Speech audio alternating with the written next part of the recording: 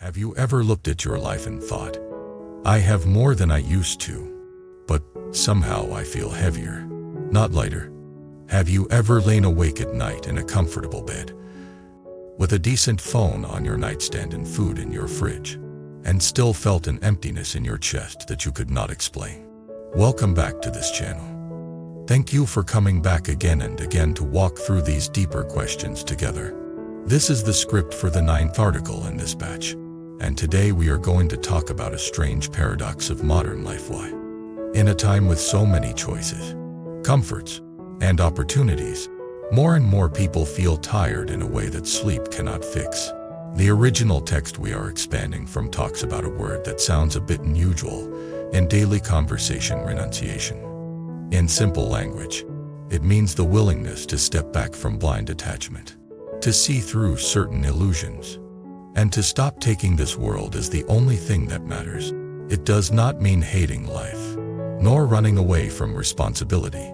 It means seeing clearly that no amount of money, status, or stimulation can fill a heart that is chained to endless craving. When that inner willingness to step back is missing, people chase and chase and chase, and still feel unsafe.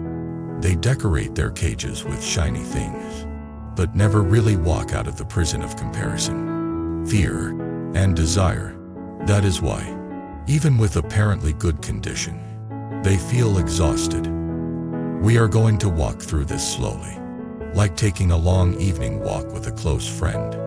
We will talk about 3 kinds of tiredness: the tiredness of always chasing more, the tiredness of always escaping pain, and the tiredness of always pretending to be someone we are not. Along the way, we will see why a little bit of renunciation, a small shift in how seriously we hold on to this world, can bring a kind of grounded peace that no salary raise can buy. Imagine a young man named Jason. Jason grew up in an ordinary family. His parents were not poor, but they were not rich either.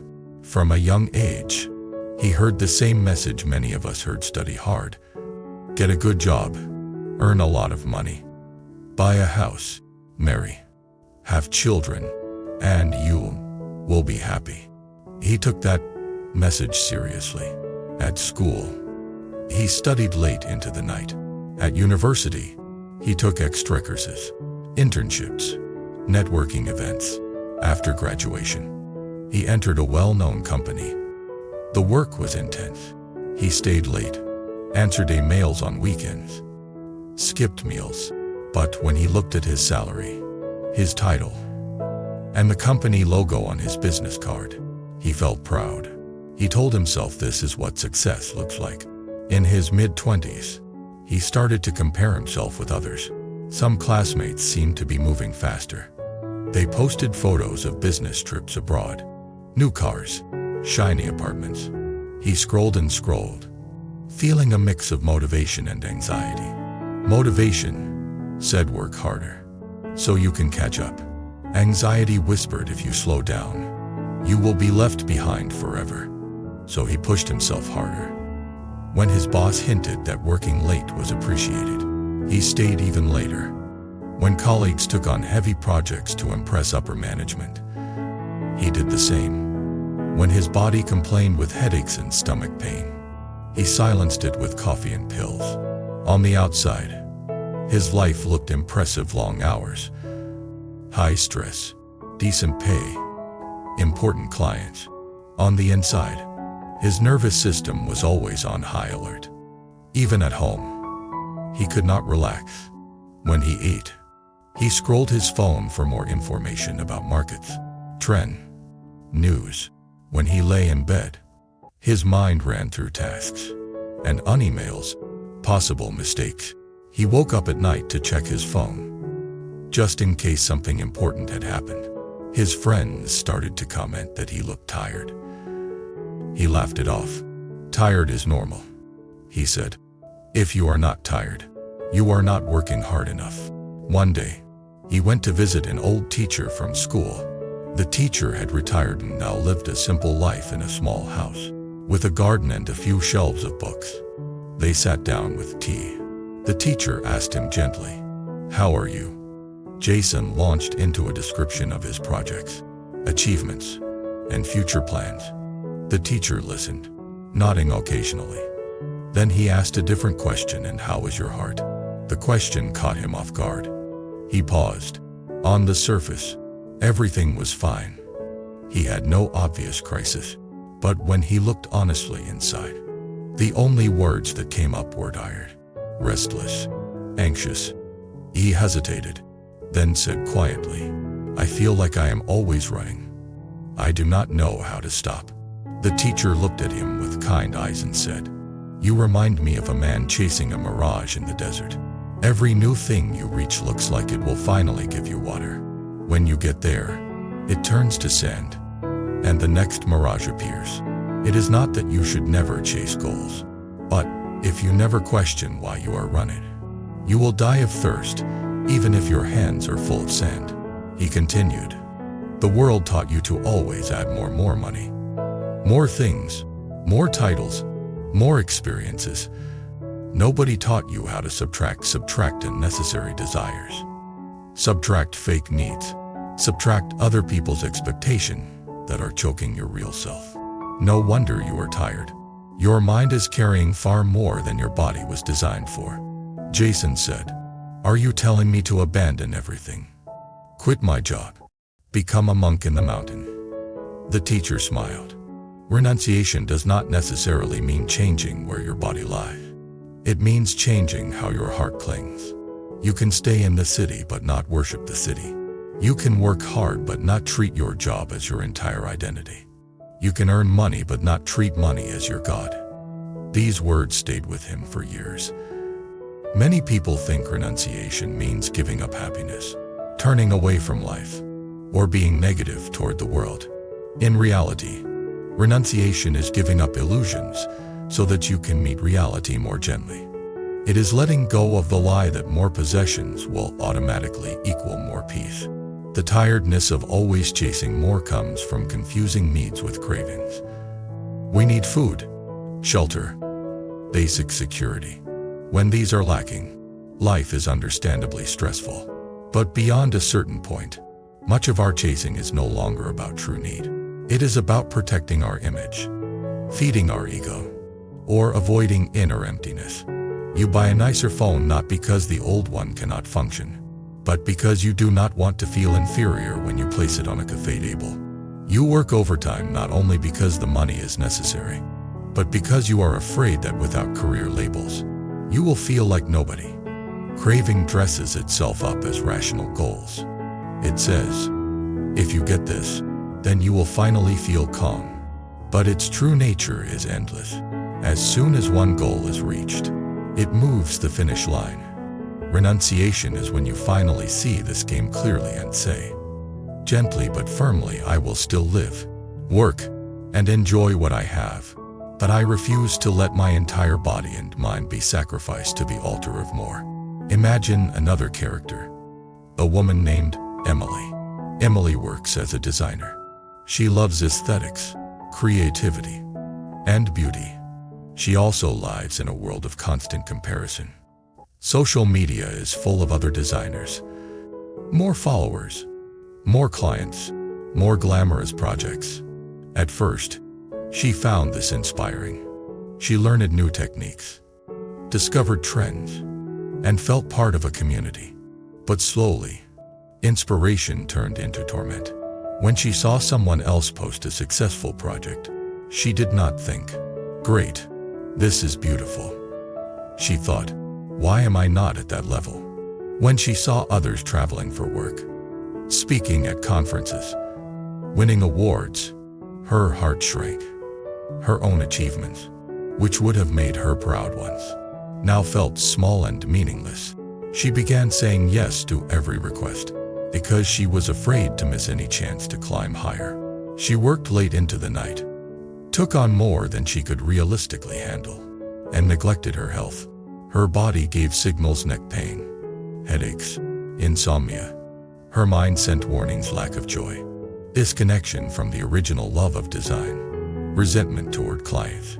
One evening, after staring at the screen for hours without real progress, she broke down. She closed her laptop and cried, not from one specific problem, but from the accumulated weight of always trying to be someone slightly beyond herself. In that fragile state, she walked out into the night air. The city was still buzzing. Cars passed. Lights blinked. People moved. She found a bench and sat down, breathing slowly. A question appeared in her mind. Simple but deep. If I never became famous, if my work was never loudly praised, would my life be meaningless? Another question followed. When did I start designing for other people's applause instead of for the joy of creating and the genuine needs of the people I serve? She realized that her tiredness did not come only from work hours. It came from her heart being tied to an image of herself, the successful, admired designer.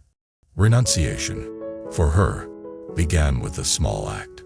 She unfollowed some accounts that constantly triggered her envy, not out of hatred, but out of self-protection. She set clearer boundaries with clients. She decided that from now on, she would choose projects not just for visibility, but for alignment with her values. She did not move to the mountains. She did not throw her laptop into the sea. She simply released the belief that her worth depended on being ahead of others. Over time, her tiredness changed quality. She still worked hard, still sometimes stayed late, but the heaviness in her chest eased. The fatigue of the body can be healed with rest. The fatigue of a trapped ego is what sinks people into despair. When the heart starts to step away from the illusion of never-ending competition, a new kind of energy appears, the energy of doing what you do with sincerity, but without constantly counting your score against others. Now, let us talk about the second kind of tiredness, the tiredness of always escaping pain. On the surface, it may seem opposite to the first one. Some people burn out by chasing too much. Others burn out by running away from everything. But underneath, both are connected to the absence of renunciation. Renunciation includes the willingness to face the truth that pain is part of life. We lose people, plans fail, bodies age, things break. When we refuse to accept this, we exhaust ourselves trying to create a perfect, pain-free life, which does not exist. Imagine a man named Daniel. Daniel hates discomfort. Anytime something unpleasant appears, his first instinct is to avoid, distract, or numb himself. If a relationship becomes difficult, he stops responding. If criticism arises at work, he changes jobs or closes his heart. If painful memories come up, he turns on music, scrolling, alcohol, or anything that can round them out. At first, this strategy seems to work. The pain goes into the background, covered by noise. But pain that is not processed does not disappear. It sits in the basement of the mind, slowly leaking through cracks. Daniel finds that he has to use more and more distraction to keep his feelings at bay. What used to be enough, like watching a few videos, no longer satisfies. He needs longer hours, more intense stimulation. When he tries to rest, he cannot. Silence feels threatening. He tells himself, "I just like to enjoy life." But in truth, he is not enjoying. He is escaping. This constant escape is tiring. The mind is split. One part knows there are issues to face: unresolved grief, unresolved guilt, old trauma, current dissatisfaction. Another part says, later, later, later. This inner war eats energy like fire eats wood. What does renunciation have to do with this? Renunciation here means giving up the fantasy that you can live without ever facing pain. It means accepting that growth often comes through discomfort, that healing often requires revisiting wounds, that deep relationships often require difficult conversations.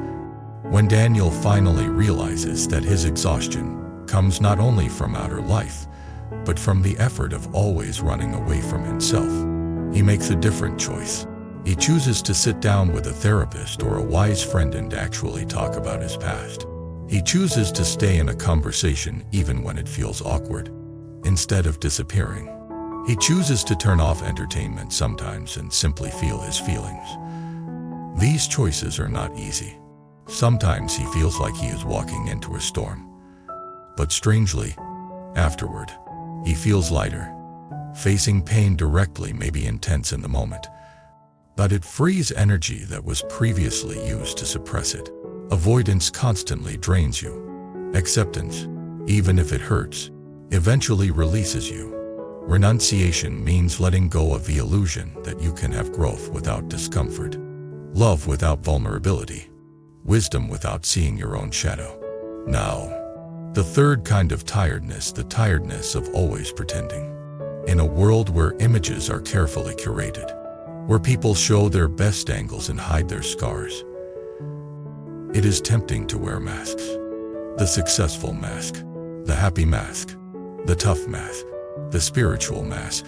Pretending may protect you from judgment in the short term, but it also separates you from real connection. When you are always acting, no one truly meets you. When no one truly meets you, you feel lonely, even when surrounded by people. Imagine a woman named Sarah. On social media, her life looks beautiful. Photos of trips, cafes, smiling faces, motivational quotes in the caption. Friends comment, "You are glowing. Your life is goals." In reality, she is often on the edge of collapse. Her relationship is unstable. Her job is insecure. She struggles with anxiety. But because she has created an image of the always positive, always strong woman, she feels she has no permission to show her struggles. When someone asks, "How are you?" her automatic answer is, "I am fine. Everything is great." Inside, a voice whispers, "Liar." Keeping her public image and her private reality so far apart takes energy. She has to constantly monitor what she says, what she posts, who knows what. Renunciation, in this context, means giving up the need to always look good in the eyes of others. It means accepting that being human includes being vulnerable and imperfect. It does not mean oversharing every detail with everyone. It means having at least a few people in a space inside yourself where you can be real. One evening, after a particularly bad panic attack that she hid from her friends by saying she was busy, Sarah realizes she cannot go on like this. She chooses one trusted friend and tells the truth. She says, "I know I look like I am doing great from the outside, but I am really struggling. I feel like I am constantly acting strong. I am tired." Her friend does not run away. Instead, they share their own struggles. They both cry, then laugh in relief. After that, little by little, Sarah stops polishing her image so much. She still enjoys beauty, but she no longer tries to convince everyone, including herself, that she is always okay. Her tiredness does not vanish overnight, but it changes shape. Being honest is tiring in a different way than pretending. It is the tiredness after real work, not the tiredness after forcing a smile for hours. Renunciation here is the courage to let certain illusions die. The illusion that being loved means never showing weakness. The illusion that your value lies in other people's envy. The illusion that you must always live up to a perfect script. So if these three forms of tiredness come from clinging to illusions and avoiding deeper truths, what does it mean to live with renunciation in a modern world? It does not mean becoming cold or indifferent. Actually, true renunciation makes you more alive, not less. When you are less obsessed with material comparison, you can enjoy simple pleasures more: a walk, a conversation, a meal, a quiet evening. When you are less afraid of pain, you can enter relationships more deeply, because you are not constantly trying to protect yourself from every possible hurt. When you are less attached to your image, you can connect more authentically, because you are no longer editing yourself so heavily. Renunciation is like putting down a heavy backpack you did not realize you were carrying. The backpack is full of voices. You must earn this much to be worthy. You must be this attractive to be lovable. You must be this impressive to be respected. You must constantly avoid discomfort to be happy. When you start questioning these voices, one by one, You begin to drop unnecessary weight. You can still work, earn, exercise, achieve, but the meaning changes. You are no longer doing these things to fill a hole of fear. You are doing them as expressions of your values, your love, your curiosity. From a spiritual perspective, renunciation also means remembering that everything in this world is temporary. The money you earn, the body you live in, the relationships you cherish, the titles you hold, the platforms you speak on, all of them will change, fade, or end. This is not a threat. It is a fact. When you forget this, you cling desperately. You treat losses as unforgivable, changes as unbearable, aging as a curse. When you remember this, you hold things more lightly. You appreciate them while they are here and let them go with more grace when they must leave. That does not mean you will not feel sadness. It means your sadness does not turn into refusal. Ironically, people who remember impermanence often live more fully than those who deny it. If you think your days are unlimited, you waste them on endless scrolling, petty fights, and ego games. If you know your days are limited, you pay more attention to what truly matters. You call your parents more. You listen more deeply. You say I love you before it is too late. What does this have to do with feeling less tired? Because a huge part of our exhaustion comes from fighting reality. We fight the fact that everything changes. We fight the fact that we cannot control everything. We fight the fact that we are not the center of the universe. Renunciation is making peace with these truths. It says, I will still act, work, love, and care, but I will not exhaust myself trying to freeze what cannot be frozen. I will invest in what lasts: integrity, compassion, wisdom. Imagine, for a moment, a person who lives with this understanding. They go to work, but they do not sacrifice their health and relationships for promotion. They earn money, but they are not obsessed with showing it off. They enjoy pleasures, but they are not slaves to them. They face pain, but they do not run away from it into endless distraction. They show themselves honestly to a few trusted people and are not constantly acting. Will they still get tired? Of course, bodies tire. However, their tiredness will often be the healthy tiredness after meaningful effort, after caring, after real participation in life, not the soul tiredness of being at war with existence. Maybe, as you listen right now, you recognize some of these patterns in yourself. Maybe you have been grinding for years, chasing an image of success that keeps moving away, and you are too tired to celebrate anything. Maybe you have been avoiding some deep pain for a long time, keeping it buried under work, entertainment, or substances, and you feel like you are slowly drowning. Maybe you have been wearing a mask of strength and positivity, and your face hurts from holding the same expression. If so, I want to speak gently to that tired part of you. You do not have to throw away your life and start over in a dramatic way to practice renunciation. You do not need to move to the mountains. You can begin exactly where you are, with very small acts of letting go. You can practice letting go of one unnecessary purchase and see that you are still okay. You can practice letting go of one fake social obligation and see that your world does not collapse. You can practice letting go of one unrealistic expectation about yourself and see that your value does not disappear. You can also practice turning toward one pain instead of away from it. Write about it. Talk about it. Pray about it if you believe in something higher. Sit quietly and feel it in your body for a few minutes instead of instantly escaping. Each time you do this, you are building the muscle of renunciation. Over time, you may find that the same life feels different. The job is still demanding, but you are less attached to promotions as proof of your worth. The relationship still has conflicts, but you are less attached to the fantasy of perfection. More willing to work through reality. The body still ages, but you are less attached to appearance as your primary identity. Your outer conditions may or may not change dramatically, but your inner climate becomes more spacious.